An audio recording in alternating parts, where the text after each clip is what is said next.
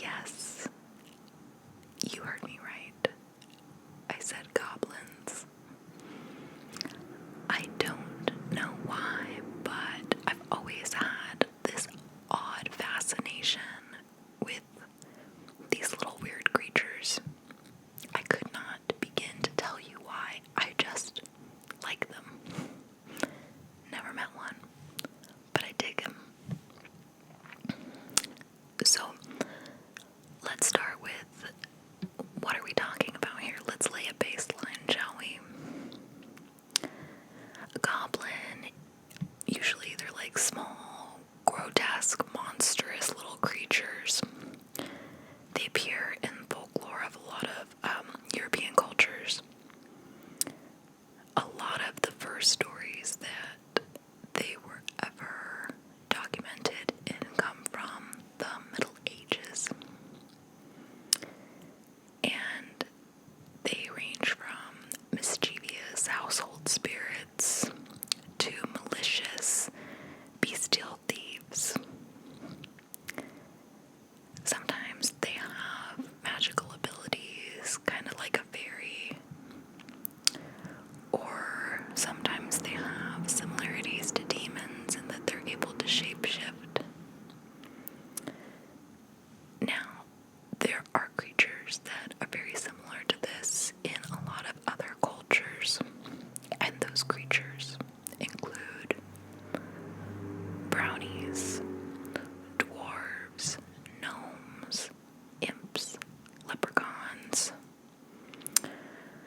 But it's kind of, goblin is kind of also like a blanket term that's used for a lot of small fey creatures. Okay. Now, I found some stories on Reddit of some claimed real true life experiences with goblins, just for you. And I did want to make one note that a lot of people say that these stories also kind of sound like a creature referred to as a duende, and I apologize if I'm not saying that correctly. Let's get into our first story, goblin-like sighting. I've never had the courage to share this, and I made this account a very long time ago, but here we go. I finally feel like today's the day to share my story because it's been heavy on my mind again. I grew up in an old house in the south. It's kind of out in the middle of nowhere. And the house was laid out kind of in circular, as in you could walk from the living room through most other rooms just by walking in a complete circle and end up back where you started. When I was around 5, my younger sister and I were chasing each other in circles around the house while my mom was cooking dinner. I was in front of her as she was chasing me, and we were laughing and having a great time and just carrying on. And we began running from the kitchen into the living room, into the dining room, into the kitchen, into the living room, into the dining room, into the kitchen, around and around. When we got into the dining room on one of our rounds, on the inside corner of this dining room, there was a small greenish creature in a dark cloak. It had pointy ears that stuck out and sharp teeth. I was young, but it was still very small, so I would say it was maybe 2 feet tall. It looked kind of like it had been at the bottom of a pond or something, like it might stink too. It was very old and tattered and hideous. As I stared at it, stopped in just pure shock, it put its finger to its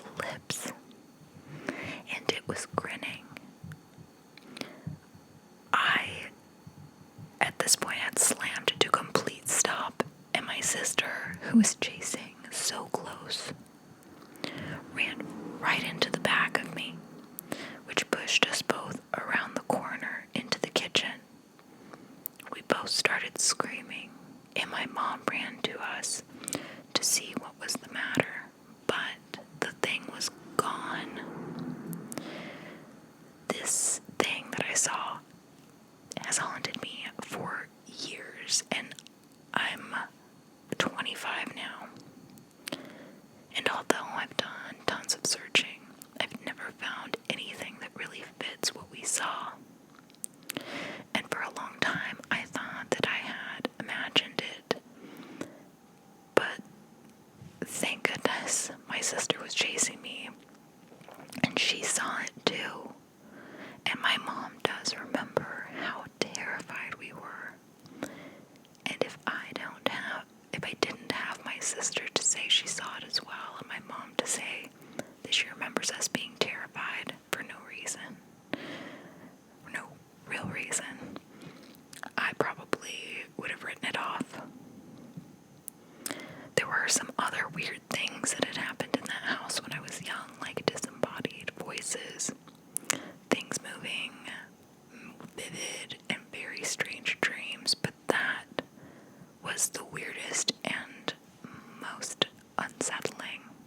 And one note that they added in, and they said that the thing did not look like a little man or a gnome or anything like that.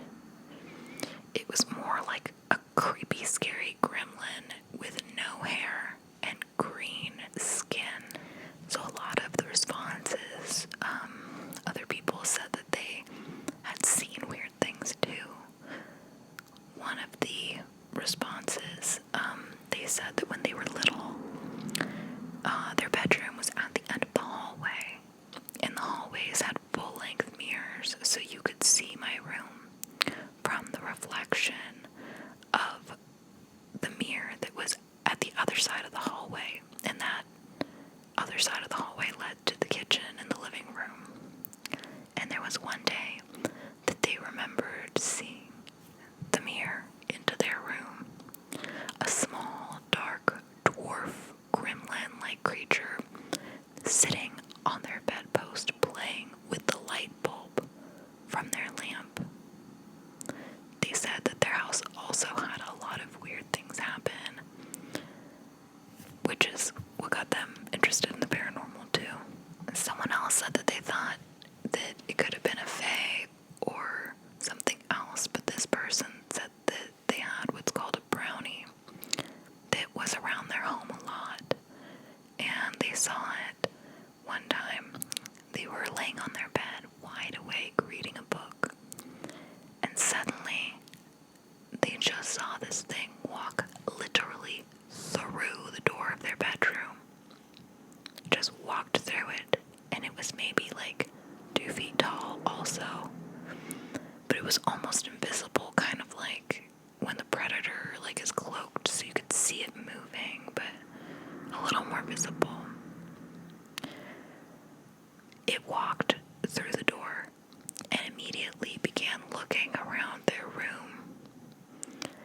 It had its hand on a chair and was bending down, and it briefly turned to look at this person.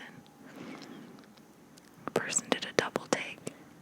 It looked them right in the eye like it was surprised that they could see it, and then it booked it out of the room like a bat out of hell. It hit the door running, and it shook from the impact, and they never saw it again. What? Something else that I noticed, though, is a lot of these people that experienced this, they were young when they saw these things. And there was someone that also asked, hey, have you talked to your sister about this recently? Fair question. So the writer says, I actually just spoke with her about this again because I did want to ask for specifics. And she remembers it looking the same way that I remember it looking, but the only thing that we differ on is the smile, because I vividly remember it making eye contact with me, putting its finger to its mouth like shh, and smiling. How terrifying. No thank you. But I'm not sure if that's because I was in front of her and I got a better look at it, but she remembers it as more of a blur out of the corner of her eye before she ran into me. Well, I remember turning my head and looking right at it. It happened so freaking fast. This story says, a goblin-like creature talked to me as a young child. When I was very young, maybe 2 or 3,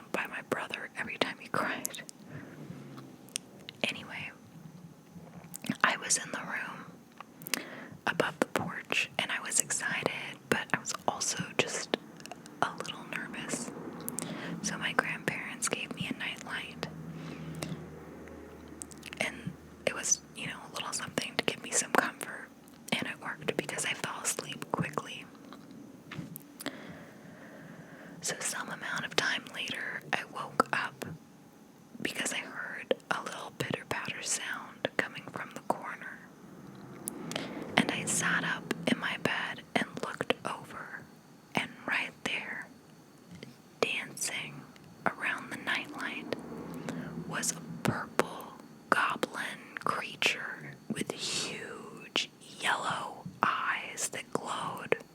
They reminded me of light bulbs. I've got goosebumps just telling this one. I wasn't afraid. I was intrigued, and I asked him what he was doing. And he actually seemed a bit startled. He was wearing rags, and he didn't seem dangerous or malevolent. We talked for a while, and I don't remember much about the details of the conversation, except that it was a friendly creature, and his name was Abiskin. I hope I said that right. The only reason that I know we talked for a while is because he realized what time it was, and he climbed up onto the windowsill, and stepped backwards into the window and merged with the glass, the way a water droplet would just merge with another one. All I could see now was the impression of his eyes, his glowing eyes in the window staring back at me. And at this point I realized that it was morning, and that's how I knew we had been talking for quite a while. So I ran to tell my parents, naturally. And naturally, they wrote it off as a dream. So I did too. I've never been inclined to believe in anything supernatural. We never even brought up a bee skin again. That is until the summertime, about 8 years later. We were staying for our summer vacation at my grandparents' house. We had finally moved out, so we came back to visit.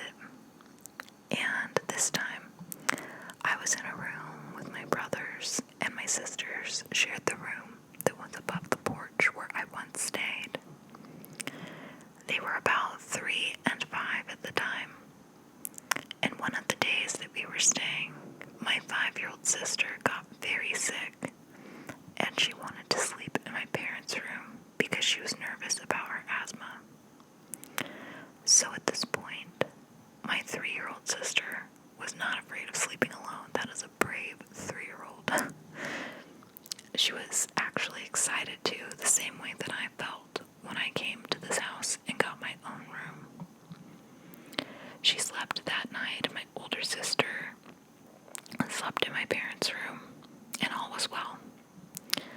Everyone woke up the next morning to an uncharacteristically big breakfast for some special occasion that I just don't remember. But that is everyone except for my 3-year-old sister, and sleeping in was out of character for her. My mom went up to investigate, and a few minutes later she came out, white as a sheet. She explained to everyone that she asked my sister if she wasn't hungry for some reason. And she responded that she was hungry, but she was just so tired from playing with the little man all night. Immediately, my parents and I were thrust back in time. We all remembered that night that I had spent playing with the little man, and he asked her if the little man had a name, and she said that she was just too tired to remember anything. And these days, unfortunately, she has no recollection of the events. But as you can imagine, all of this was extremely jarring in that moment, mostly because she had never heard of a bee skin, because we never talked about him. It was just chalked up to me having a dream.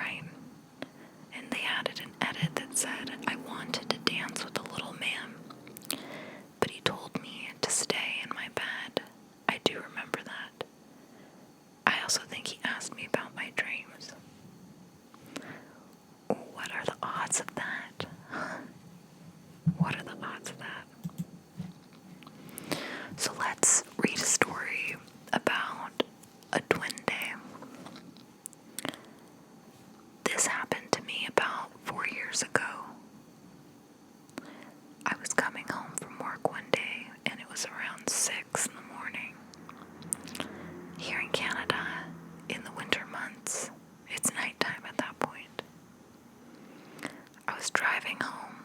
The street lights are on and there's nothing unusual. Except, as I was leaving work, I saw what looked to me like a little boy in my rearview mirror. I'd say about 50 feet behind me, in the middle of the parking lot. Kinda strange, but I didn't pay any attention to it. And as I was driving home, I saw the same kid, or at that point, it was a different kid about 3 blocks from where my work is, and he was just staring at me as I drove by. I had a slight chill. I tried not to think much of it, but it was creepy.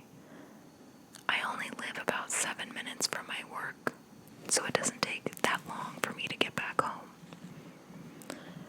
I didn't see anything until I was about 2 blocks away from my home.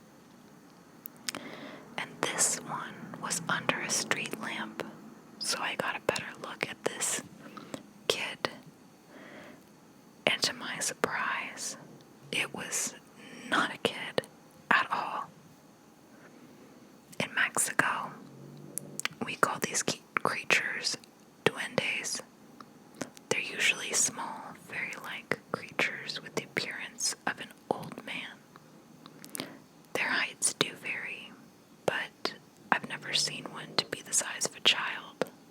He looked exactly like an old man as I drove past him, about to turn the corner. I was freaking out at this point. I just wanted to get home, and this thing was following me.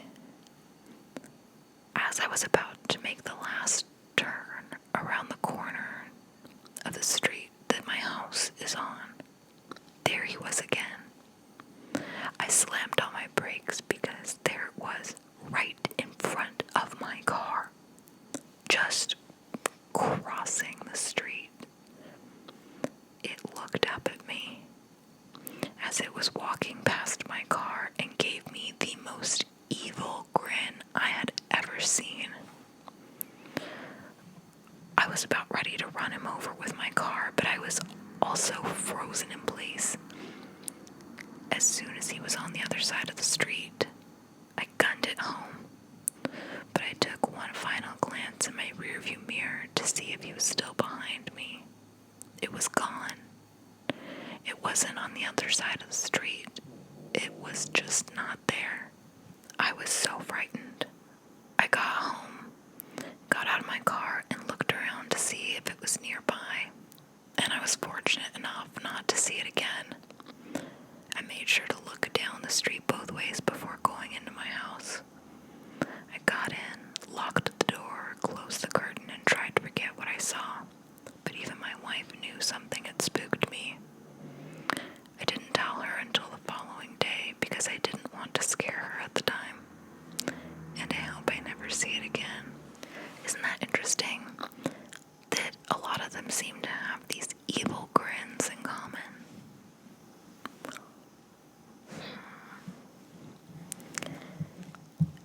Now my final story to share with you. Now that we've gotten warmed up, it's another goblin story, but bear with me here because I really want to know your thoughts on this one. This is called The Goblin in My Bedroom. This happened to me when I was about 5 or 6, and I tried to tell my parents about it, but of course they didn't believe me, so eventually I gave up. But I know this is the place to share things. This is the only place that I can turn because, however, I emphasize that this was real no matter what. Anyone else I tell will say it was my childish imagination, and I swear, this really happened. I was playing in my room one day in the afternoon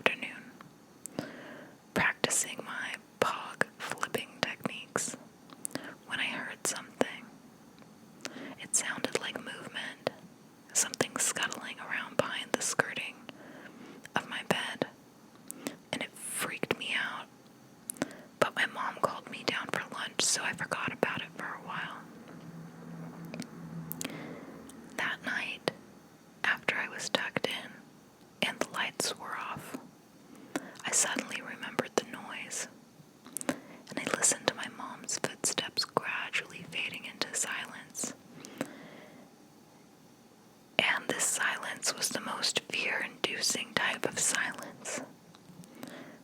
I didn't really get scared at night unless I watched a scary film or heard a creepy story.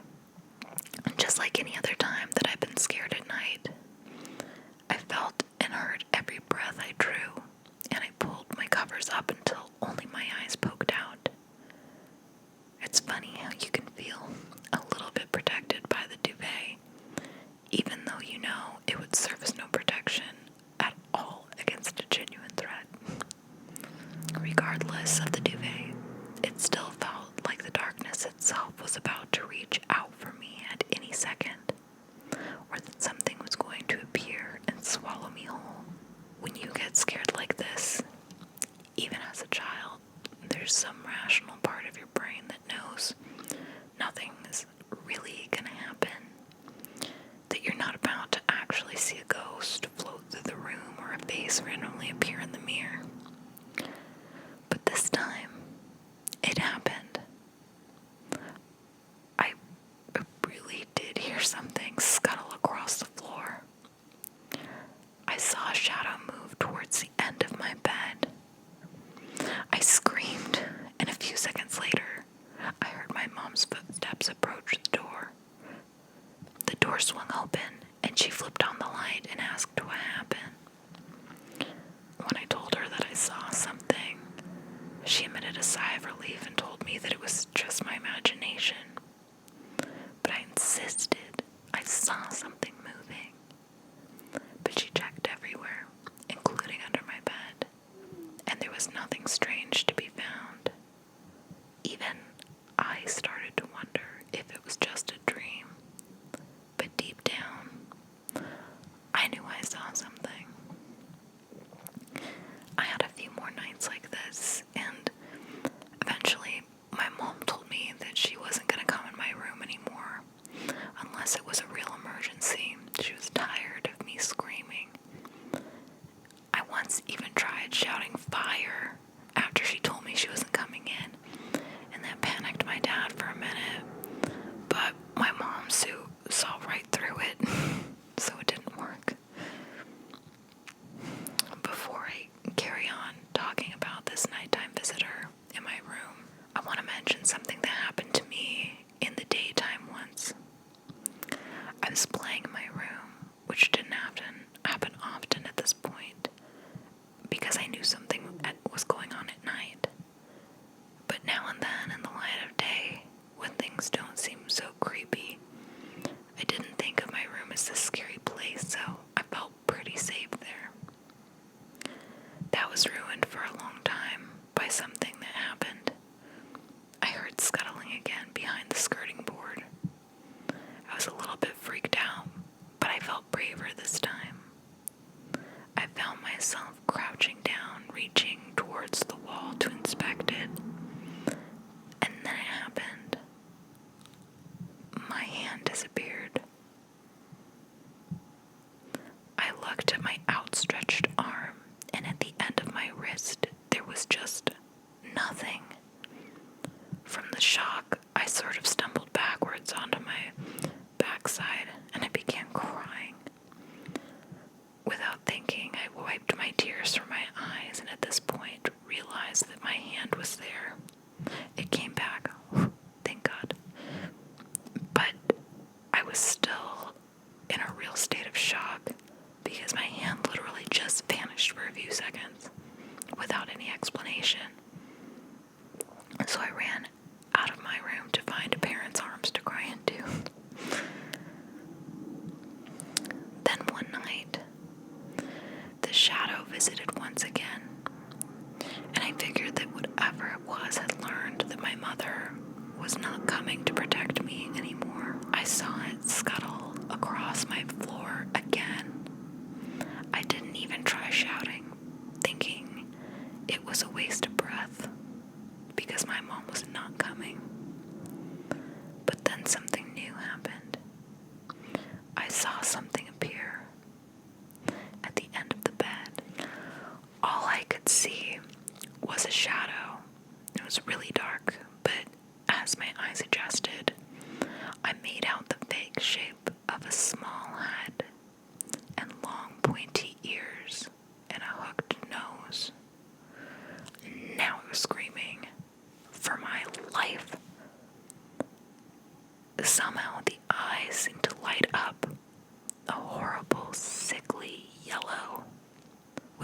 back slit down the middle. I threw my duvet off and I jumped out of bed intending to run for the door, but I felt a cold, sharp, clawed hand grasp my ankle. I looked back and I saw a grinning face with a mouth almost impossibly wide for the size of its head. A smile made up of teeth so sharp they looked like they could tear through flesh like it was butter. I clawed at the carpet, but the little creature was far stronger than it looked, and it dragged me away into the darkness of my bedroom. And even in my terror, I still managed to wonder, where was this thing taking me? I looked around and realized that my eyes had adjusted even more to the dark, but what I saw shocked me to my core. The goblin was dragging me into the wall where my hand disappeared, remember? The goblin, along with the lower half of my body, had already disappeared completely into the freaking wall. Despite my struggling against it, and remember, I was only a little kid, like not much bigger than the actual thing that was taking me away, but I felt myself slowly being pulled into the wall. I could feel the cold, wet surface on my back, and as my head went through the wall, I felt it hit rock. I looked around, and I was no longer in my bedroom. It was some sort of cave, lit only by a couple of wall-mounted torches burning a reddish flame. The goblin dragged me further in and released me, but by this point, I was surrounded by several of the creatures, and they were all snarling and cackling a demonish cackle that suggested an intent as evil as you could possibly imagine. And then something happened that I was not expecting. I heard a man's echoey voice yelling from somewhere along the tunnel. Some sort of battle cry. I, with the goblins, look over to see a quite literal knight in shining armor running in my direction with his sword raised. You might be thinking that this knight was about to become my savior, but that would make this story some kind of fantasy. And this is not a fantasy. It's a real-life account of horrific events that I had to endure and come to terms with over the years. And this was the most horrifying part yet. The knight came in like a valiant hero, swords swinging all over the place, knocking back goblins and slicing up others. But all it took was for one of them to get past the arching swing of his blade and cling to his face. The helmet was thrown off, and the poor man's face was ripped open in seconds. Without his sight, dozens of other goblins swarmed around him to join the feast, tearing off his armor, and then his skin. I couldn't watch anymore, but I couldn't block out the screams. All the blood-curdling screams were not just of unbearable pain, but of terror, the kind of desperate screams you hear from a man who knows that he is about to die in the worst way. I couldn't help but glance back just for a split second, and that was all that I needed to see the absolute sickening horror on the man's face. The screams finally stopped. The poor man must have bled out. The goblins took about another half an hour to strip every bit of flesh off of his bones. They were between me and the part of the cave where some kind of portal to my bedroom must have been, so I could do nothing but sit there and wonder how long was it going to take before I was torn apart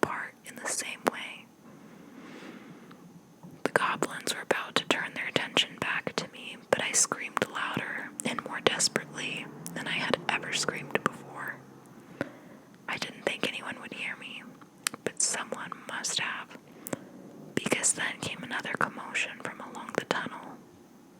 Battle cries again, but hundreds of voices this time, and the gradually increasing thunder of marching boots.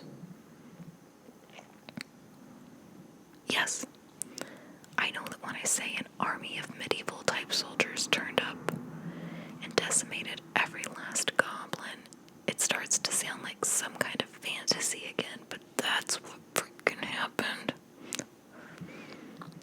While the battle raged on, I managed to slip away, and I found my way back through the cave wall and into the familiar surroundings of my bedroom. Utterly terrorized by what I had seen, I burst into my parents' room and threw myself at them, crying my eyes out. They may have thought it was just a nightmare, but they saw how upset I was and they just hugged me. I've had many years to think about that ordeal, and as I grew up and learned about concepts that I didn't grasp back then, I started to develop theories. My most satisfying theory so far is that some kind of cosmic event had caused a fracture in time and space, and it happened to line up in physical space with my bedroom, and this made travel between our universe and other parallel worlds possible. Thankfully, I never saw any goblins again. That army must have defeated them, all of them, and perhaps the cave was sealed off, but I believe that there are even more worlds out there, especially after an encounter a few years later with another type of creature, which I'm convinced was from some kind of chaotic universe very unlike ours, or that medieval type world that I visited. However, that's another story. Dang. Okay, what do you think about the last one, though? They swear it was real. But what do you think? Do you think it's real? Or do you think they're fibbing? I do think that it's interesting that a lot of the parallels between all of these stories is that